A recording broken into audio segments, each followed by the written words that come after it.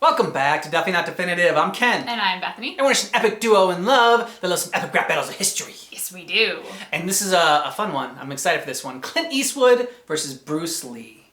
So two film icons, and yeah, I'm excited about it. So the way we do epic rap battles of history on this channel is we watch it the first time just for fun, like you normally would, just laugh about it, and then the second time we watch it, then we'll break down each round, who we thought won, why we thought they won, based on the rhymes, the acting, everything. Super scientific Scientific method. If you want more epic rap battles of history, we got a playlist in the description of this video for you. We do indeed.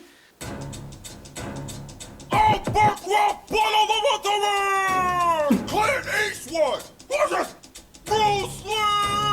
I got the baddest fist of fury that the world ever saw. Defeat whole karate schools and motherfuckers with claws. How can you talk more shit with my fist in your jaw? Don't need words to serve ya, I'ma just say what's up? Your mind is boss, they're slow as a tortoise. I'm the king of nunchucks. I fucked up Chuck Norris. Oh damn! So take my slipper shoe, hit my two-finger push-up, Kung F. Like a girl and got moves like Jagger, but I rip through your ass faster than a poo-poo platter. In the gym too much Ringo perfecting kicks. You should spend more time matching your voice up to your lips. Oh! Like you belong in a sweatshop, so go ahead and make my iPod. Oh! You don't threaten me, Bruce. Fuck you, dude. I even squint better than you. I be the good and the bad, you must be the ugly. I will mess up your face, but your mama did it for me. Don't talk your pistol for a fistful of your $1 million babies. You were cool in the 80s maybe, but now you're just crazy. A man who argues with people who aren't even there is more fit to rap against this fucking chair. Yes! Lucky punk. That's what I'm asking. You can't be too tough. You got killed by an ass brand. Your 1-inch punch, same size as your pecker. Leave the rapping to me. Stick to Chinese checkers. I'd beat you in round 2, but that'd be unbelievable. No one in your family ever lives to see a sequel. Who won? Who's next? You decide! Oof. I mean, I know who won in my mind.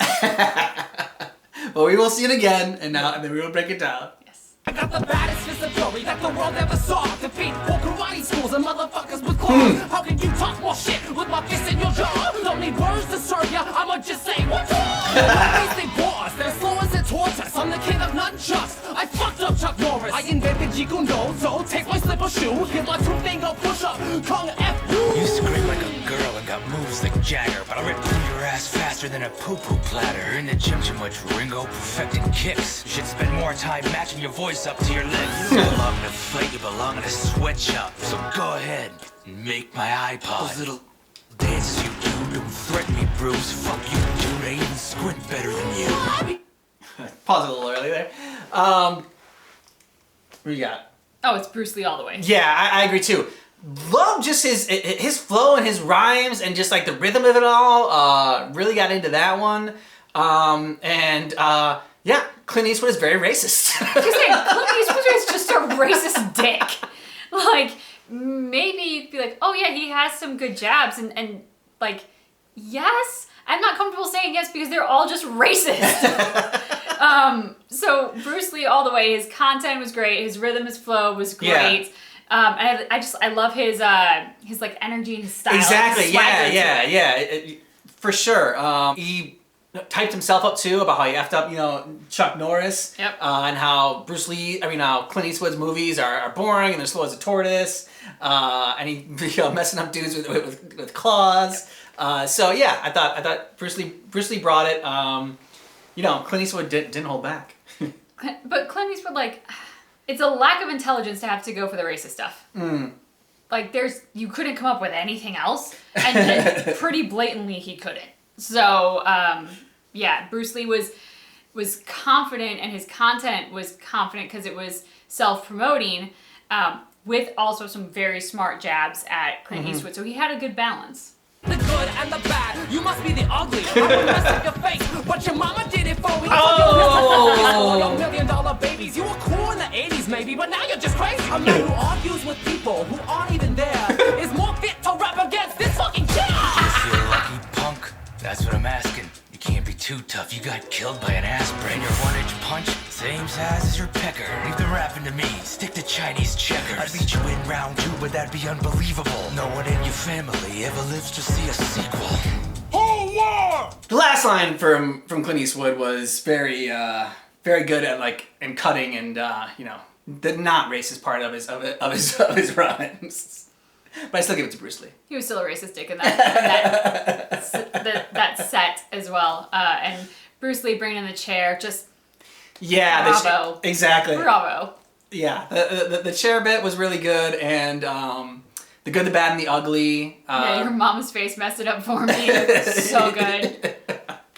That one was good as well. So I thought Bruce Lee brought a lot better. I thought his second verse was better than his first verse.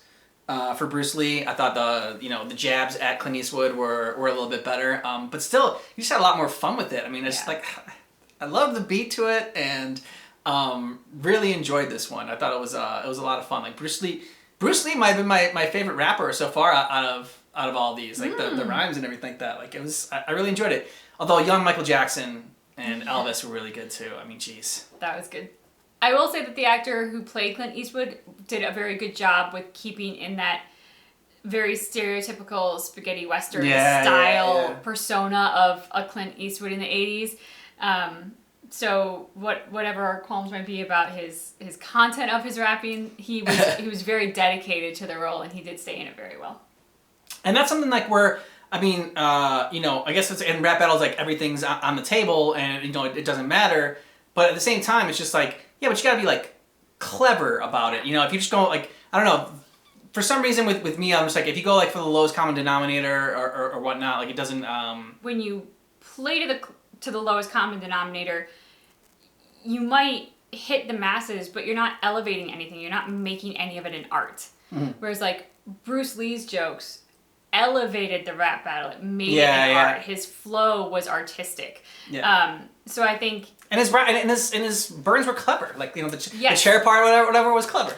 Yeah, and so I think like that's what we like to see, because if you're going to the lowest common denominator, that's like what your weird Uncle Al could do. Like it's not artistic. It doesn't like. You don't necessarily learn. Don't bring Weird Al into this. He's not racist at all. I love Weird Al. The singer, not my Weird Al racist uncle.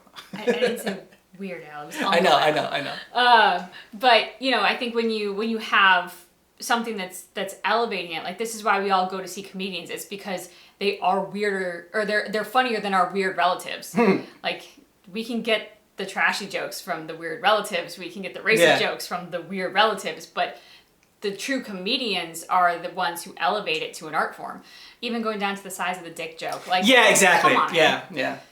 Get something interesting in there. I mean, the two best ones that Clint Eastwood had were the aspirin one, and then the sequel. The sequel one. The sequel one was the best one that he had by far, and it was a nice one to end on for him. When we talk about elevating it to an art form, that isn't to say that like you can't have some of the lewd stuff in there. Oh yeah, for sure. And God knows I swear all the time. There's a balance that you can find to it. Like Shakespeare, for example. Shakespeare's filthy. Like, if you read his stuff, it's filthy. But he had a great sense of knowing his audience. He knew you do some filthy and bawdy jokes down to the people in the house who are standing. And then you do your elevated content, and maybe you're more intelligent or political or even, like, elitist content up to the masses who are in the boxes, who are separated from the common folks. And so when you read his stuff, you'll start seeing that there are a lot of times when things are said in threes. And it's to hit the three sides of the stage, or the three levels of the socioeconomic people who are there to enjoy the show. So you can have those, it's just you can't default only to that. To talk about it in terms of somebody that was like, creator from this century that was born. Like South Park does it. They'll do the poop and the fart jokes and whatnot like that. But there's still the high level concept stuff that they do, where they do a lot of satire, and they are just extremely clever in how they just make fun of everybody, which is what I really love about them. But yeah, South Park does that really well too. Agreed. They do the three levels and everything like that. I can explain it like very smart as well. I know stuff. I know words. Let us know who you thought won this rap battle down below in the comments. And if you want more epic rap battles of history, we got playlists down below in the description of this video you should check out. Thanks so much for checking out our epic rap battles of history. Bruce Lee versus Clint Eastwood, but just keep in mind that our reactions are definitely not definitive.